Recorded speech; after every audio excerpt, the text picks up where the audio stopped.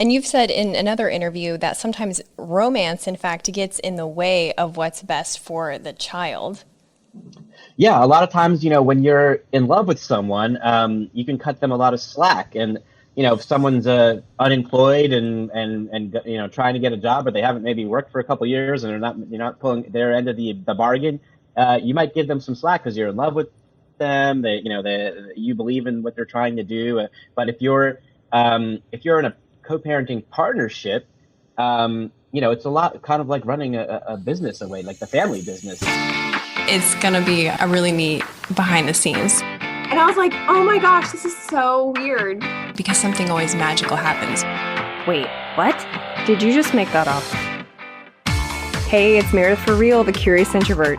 Listen each week as I talk with someone new. The topics are as ADD as I am, but they'll inspire you to stay curious and grow. Big thanks to our location sponsor, the UWF Historical Trust.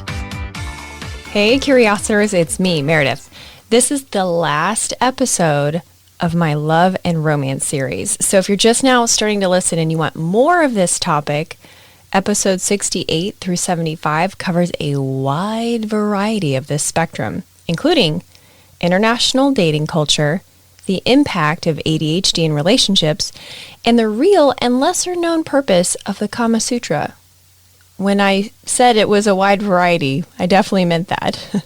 I found today's episode super fascinating because although matching up with someone for the purpose of making a baby sounds crazy, it really seemed like the best parts of a civil divorce. You got a great kid out of it, you have a friendly relationship with your ex, and a clear and legally binding financial agreement. I'd love to know what you think of this one. Make sure you find me on Instagram and let me know. It's at Meredith for Real. Enjoy the show. More and more people are delaying parenthood until later in life, which makes dating kinda dicey. When do you bring up the kid question? Do you just bring your biological clock to the date? How do you assess if that person will even make a good co-parent? If only there was an app where you could swipe right for your baby daddy. Oh wait, that's exactly what my next guest created. He's the founder of Modamily, a global community where everyone is ready to have kids, whether it be in a romantic, a co-parenting, or a known donor relationship. Today he's going to share how it works, but also his advice for a successful couple based on his matchmaker observations. Actor turned matchmaker, modern family facilitator, Labradoodle dad, Ivan Fatovic. Thanks for coming. Hey, Meredith. Thanks for having me. Happy to be here. I had to put the Labradoodle part in there. I thought that was critical. Gotta have the Labradoodle. Well, this business idea was conceived, pun intended, at happy hour with some of your lady friends. Is that right? Yeah. It actually started, the idea came about 10 years ago in New York City. I was out to dinner with a bunch of my girlfriends. We were all in our mid-30s, and everyone was on, the OkCupids of the world. This is right before Tinder came out, and it was all Match.com, OkCupid, sites like that. Mostly websites, not apps really yet. And a lot of the girls were getting frustrated by the types of guys that they were meeting on there because they were just finding casual, short-term kind of hookup relationships. And they were getting close to 40, and they were starting to hear the biological clock ticking. They were looking into other options, like using a sperm donor or adopting a baby in India or something like that. But they really wanted a partner. Then they wanted to have their own child. And so one of my girlfriends in particular, she would go out on a date with someone she met online, and after a few drinks be like, I want to have 3 kids in the next 5 years. And, it's not exactly what a guy wants to hear on a first date. But she looked right at me. She's like, Yvonne, I don't care. I'm going to find someone that feels exactly the same way that I do. And as a joke, I said, you're on a different type of dating site called Inseminate.com. And everyone laughed. But a few people came up to me later and they're like, wait, does something like that exist? Because I would consider joining it because I really need to look at this problem I'm having and look at alternate options. So that was kind of the light bulb moment. And I started doing some research. I came across the concept of co-parenting, where people were having kids together, but they weren't romantically involved, or maybe they were romantically involved, but didn't stay romantically involved, but they had a kid together and they could make it work. And it was kind of a lot like a divorce without the horrible parts of the divorce, where people kind of found that they shared a vision and value system for how they wanted to raise children, and put the child first, and put their own any personal conflicts or differences they had up to the side, and they could still have their own relationships for themselves, but also have a partner to raise their child with. It makes total sense. And you've said in another interview that sometimes romance, in fact, gets in the way of what's best for the child. Yeah, a lot of times, when you're in love with someone, you can cut them a lot of slack. And, if someone's unemployed and trying to get a job, but they haven't maybe worked for a couple of years and you're not pulling their end of the bargain, you might give them some slack because you're in love with them. You believe in what they're trying to do. But if you're in a co-parenting partnership, it's a lot kind of like running a business away, like the family business, in terms of, look, you got to hold up your end of the bargain. You said you were going to do this, this, and this, and those things are coming up, and the bill for private schools coming up, or the health insurance is due, and we need to be on the same page here, and you need to hold up your end of the bargain. And a lot of times when people are in love and married, they can. Things can change, and people and partners would not end up holding their end of the bargain. And if they get a divorce, there could be a divorce where parents consciously uncouple and they still put the child first and try to remain friends and put their personal differences aside. You also see situations where mommy and daddy don't like each other for a few years, and there's lawyers involved, and they talk crap about each other in front of the child, which affects the child emotionally and in their development growing up. We've all witnessed that. So it was partially an answer to that, where I saw a lot of people kind of rushing into marriage for the wrong reasons and getting a divorce a few years later, and they had a kid and maybe two kids, and they're not growing up in perhaps the most productive and loving environment in those early years, and it does affect the child. So we're trying to find two people that kind of share a vision and value system together and put their child first, and do what's best for the child. Well, I mean, it sounds so logical, right? It sounds like, oh yes, of course, this would be a good idea. But I think it's easier said than done. It's not always a panacea. There's great co-parenting relationships, and they can be just as problematic as some marriages and divorces. So true. I just think when you really explain it that way, it doesn't seem like such a curiosity. But when you just say, oh yeah, this is I'm looking for a platonic co-parent to make a baby with and raise a child with, but I don't want to go on dates with them. I don't want to hold hands with them. It can sound, it kind of makes you go, what? But you have more clients than just those looking for non-romantic co-parenting arrangements. Oh, yeah. So tell me about the other kinds of clients you serve. Sure. So, we have almost 40,000 people now around the world, mostly based in the US and Canada. But essentially, everyone's ready to start a family and have kids. Actually, a majority of our people are open to romantic relationships leading to family, particularly when, two people are both straight. If they're considering, parenting with this person, then that means they must like something about them, and there's a trust, and maybe they're even attracted to them. A romantic relationship can certainly ensue. Platonic co-parenting, the way, and I've seen it, we've put together dozens of co-parenting relationships. Most of those is where one person is gay, one person is straight. So like a gay man and a straight woman, Will and Grace, become best friends and decide to have a kid together. I've seen that work great, particularly when people don't rush into it and really get to know each other. They become friends, they have a trusted relationship, and they're in each other's lives on a daily basis. Then we have people, a lot of people's plan A is still the romantic relationship. So in a lot of ways, we're Bumble for people ready to have kids. Where people that go on a Tinder or a Bumble, a lot of people are finding short-term casual, hookup apps, they're calling them. So we're more of a mating app where you're finding a potential mate and if you fall in love, that's great. If you try dating and it doesn't work, but you still think the person is a good partner to raise children with, and you're both of a certain age, and time is running out, maybe this is your chance, and you take that chance and raise a child with this person. And then also about half of our people are looking for donors. So we have single parents by choice. I have single moms and dads wanting to have a child on their own. I help women find known sperm donors as opposed to anonymous donors.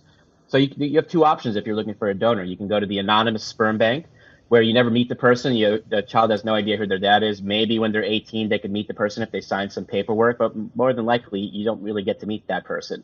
A known donor is someone you get to meet right away. And they're not a legal parent, they're not financially responsible, but they become a friend of the family, like a great uncle kind of role. They can be as involved or as little involved as you want them to. You have control over the arrangement and relationship. A lot of times that's either with a single mom by choice, or a lesbian couple, or a traditionally married couple where they need help. They need the father is infertile, or they need help getting pregnant, and they're looking for a donor. And we also help people find egg donors and surrogates. We work with 100 egg donor agencies and surrogates around the country, mostly in California on the West Coast, but people in Connecticut and places like that. And we help single men, single gay men, coupled gay men, whoever's looking for an egg donor and a surrogate, and we help them find what they're looking for as well, and realize their dream of starting a parent, of having a family and children. Well, you're like headquarters, like baby headquarters. Yeah. Well, we've had around 300 babies born around the world. So, wow. It's been inspiring and interesting. The first baby was born back in 2013 in the summertime in Toronto area. So it's all kind of exploded from there. And we're still pretty small. And I see us growing larger and larger, especially internationally. And going from tens of thousands of people to hundreds of thousands of people to millions of people over time. I mean, it just makes sense to me.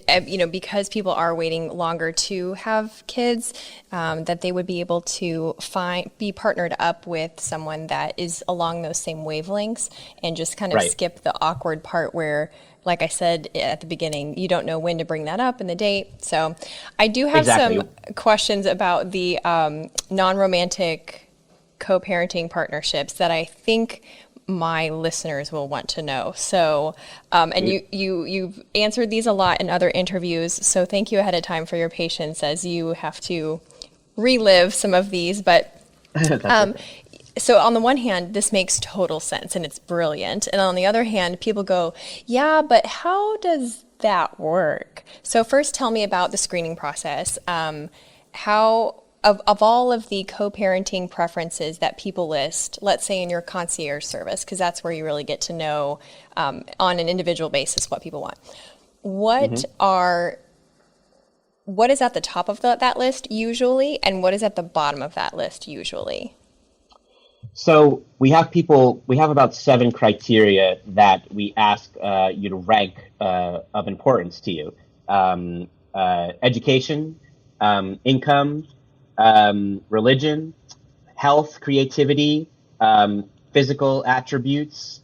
Am I missing one? Oh, and a shared vision and value system. So we kind of ask, what's the most important thing?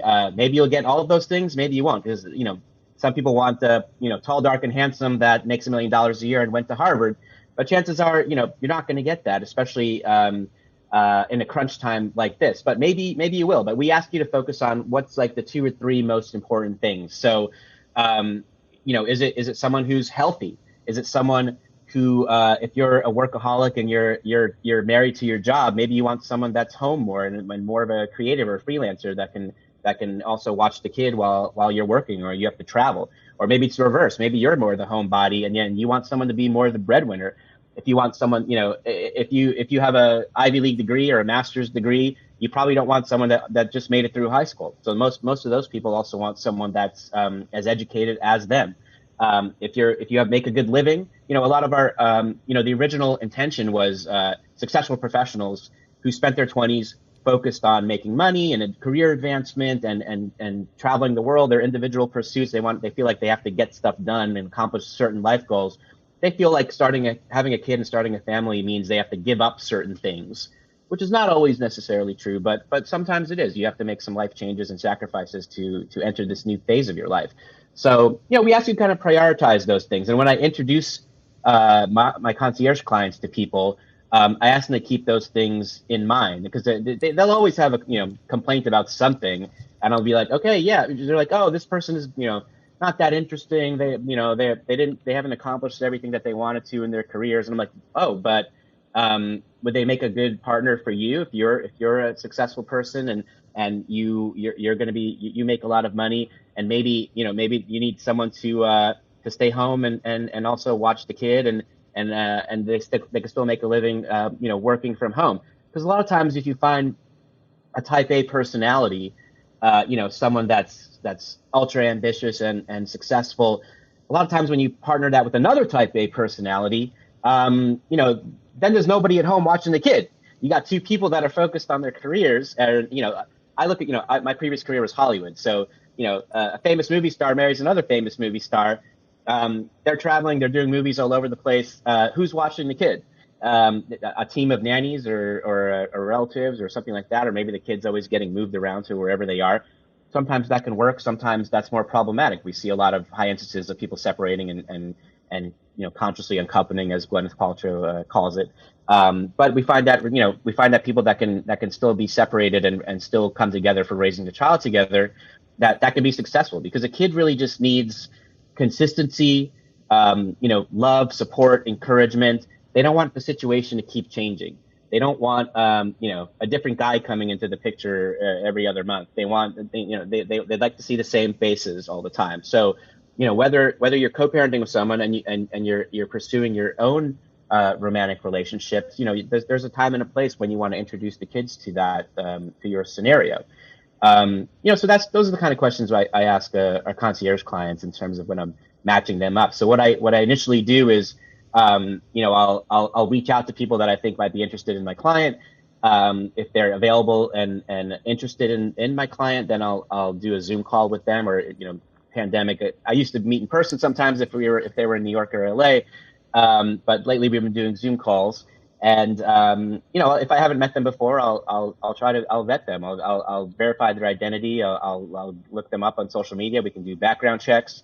And once we get down the road, if you're doing a donor or a platonic co-parenting situation, we'll do a health check. We'll test your fertility, both men and women.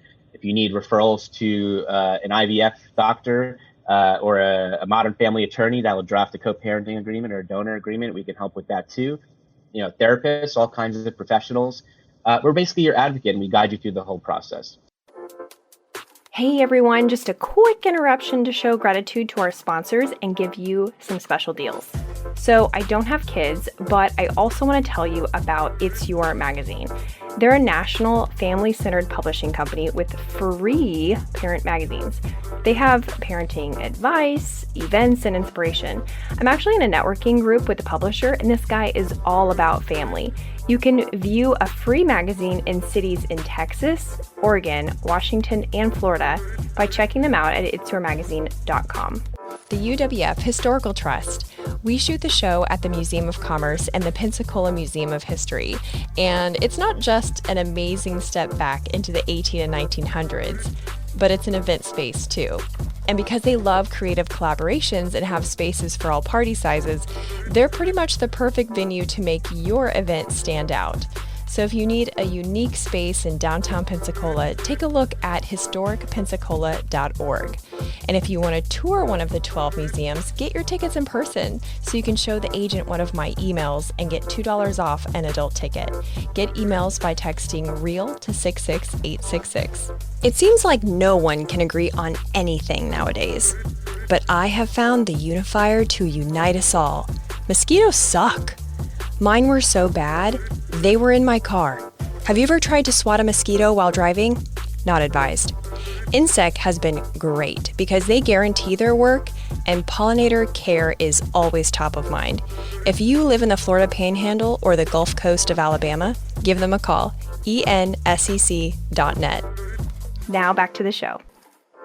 Wow, yeah, that's a lot to think about. What's interesting is, especially in the screening process, is both times that I got married,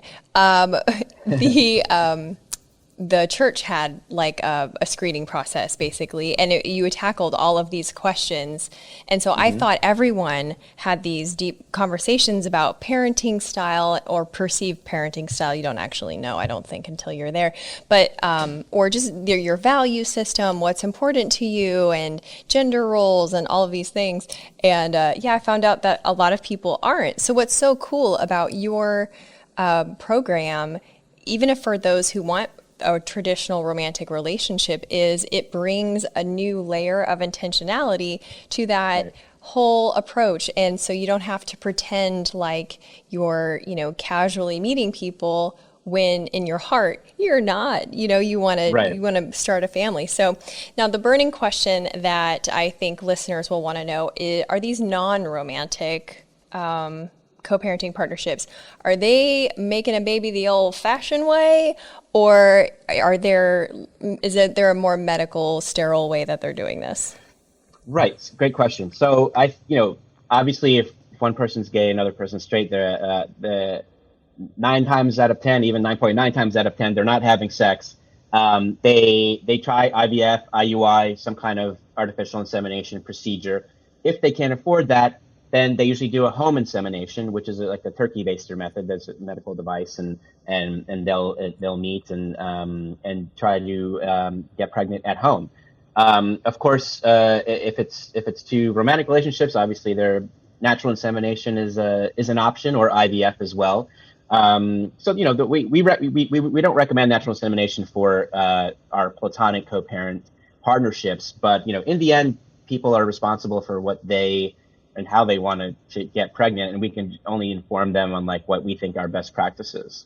So but I don't see it happening that often with platonic co-parents. So you don't recommend it because of emotional entanglement or another Well, reason? I don't recommend it particularly in a situation where if the person's going to be a donor or something like that, you have to just be careful who you're meeting, verify their identity. I don't recommend, meeting someone in a hotel room a week after you talk to them online and trying to get pregnant the old-fashioned way. But there are people out there that would do that, and we, not clients that I work with personally, but if people are also, the site, just like any other dating app, you can search on your own, you can communicate with people on your own, and we want to avoid scammers or stalkers or people that are just trying to use this situation to have sex and get someone pregnant and not have any involvement.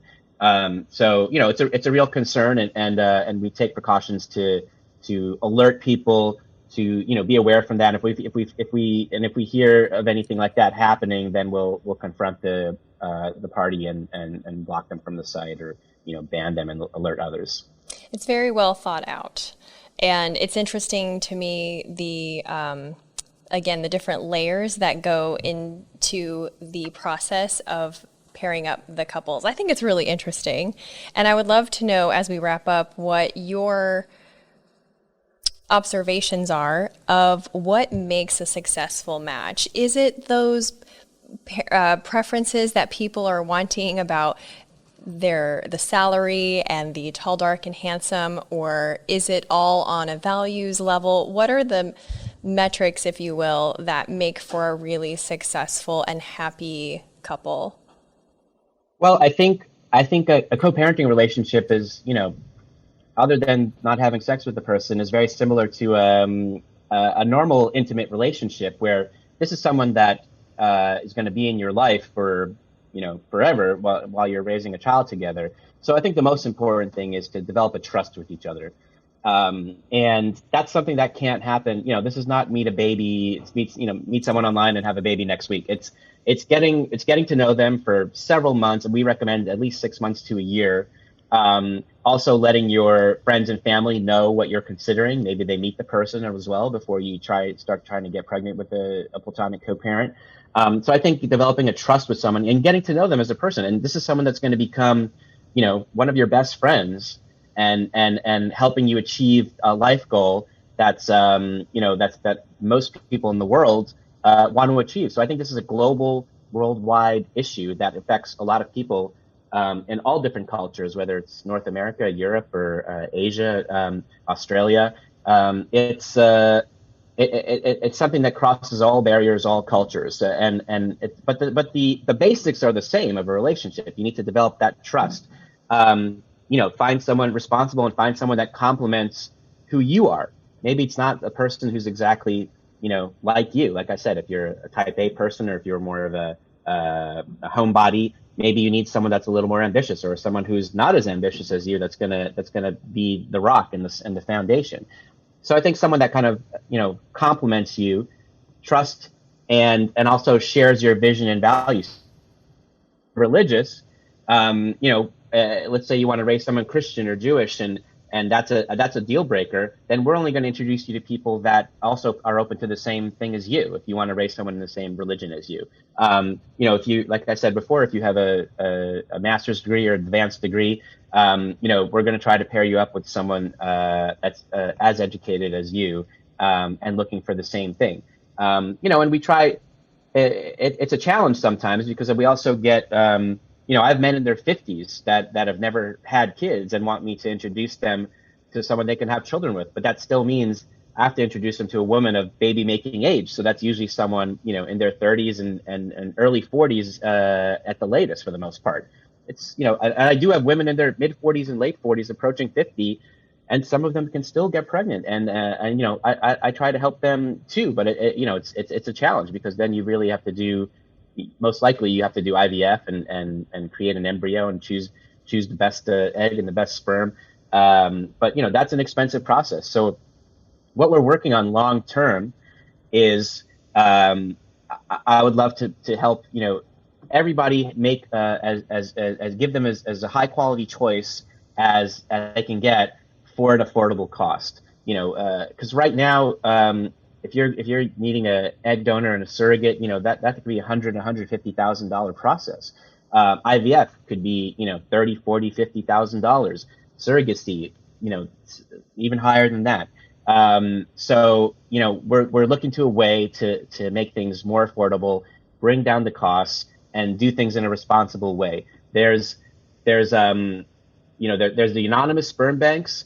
Then there's Facebook groups of men, trying to get you pregnant. You don't really, even know who they are. So we'd like to be. I think there's a middle ground there where we can vet these people and verify their identity, do background checks on them, and so we have 10,000 men who are open to being donors around the world. And we're in the process of, with concierge, we vet them, but if they're just on the website, we're in the process of vetting all of them and getting a blue check mark system, essentially, where this person has been vetted and verified, and they are who they say they are, and they're willing to help you do what what you're looking for, the way you want it. So, we're trying to make things safe, affordable, and available on a larger, mass scale globally. And efficient. I mean, the blue check mark, that's brilliant. That's such a good idea because you can see at a glance, this person's okay. Then we're all already trained to know what a blue check mark means because we're all addicted to social media. So that fits completely. Random, would you ever consider making another service for people to connect who don't want children? I see the dating and the co-parenting and donor things kind of going into separate flows where if you're looking for a romantic partner leading to a relationship, you don't necessarily want to see people who are looking to be donors or platonic co-parents, and vice versa. If you're looking for a platonic co-parent or donor, I could see you're not interested in people that are looking for romance. So I haven't thought of doing people that don't want children. I'm sure that the mainstream services can do that for the world if needed. I'll focus on the people starting families and there's plenty of options out there for those people. Well, you could call it child free and free or something. Something. Or I think that's called over 50 dating if you haven't had kids. Oh Lord, yeah. I believe it's called Our Time, and there's a couple other ones. Oh wow. I'm from Nebraska originally, and there's something like farmers. Yeah, there's and it's real. It's a real thing. But if you know anything about the farmer life, it makes sense. It makes sense because you're signing up for a very specific kind of situation. So yeah, I see those commercials in LA. Not many farms in LA, but oh really? Obviously, there's a need. Yeah. That is fascinating. Well, I am really glad that we were able to meet. Thank you so much. I want to make sure that all the listeners know how to get in touch with you. Can you tell us where they can find you, kind of maybe what your, if you're okay sharing what your services cost and how people can engage? Sure. Yeah, so, you can find us at modamily.com, which is short for Modern Family, Modamily, where you can use the website or an app. Modamily Concierge is you can find that through modamily.com as well. So pricing, if you're searching on your own, it's comparable to mainstream dating app pricing. There's weekly, monthly, or annual subscriptions. Monthly runs about $32 a month to search your own, but you could do a lot of the things for free. You just get additional features for premium users. And concierge can vary anywhere from, depends what you're looking for, anywhere from $2,000 to $10,000, comparable to, matchmaking services. I mean, I think it's affordable because, people pay sometimes $25,000 to find a boyfriend or a girlfriend. So if I'm introducing you to the person you're going to have a baby with, I think there's some value there. But we're still trying to do it in an affordable way. I agree. There is definitely value there. And thank you again so much. This was fantastic. That's a wrap. Thanks so much. I appreciate it, Meredith. Thanks for listening. If you liked this episode, you'll also like the episode on why you need boundaries and self-care within your relationship. It's all the way back to episode 15. And stay tuned next week for when I talk with a nutrition addiction expert on why you can't quit processed foods. And if you like the show, use the send feature in your podcast app to send it to a friend. This helps spread curiosity and grow the show. Talk to you next week.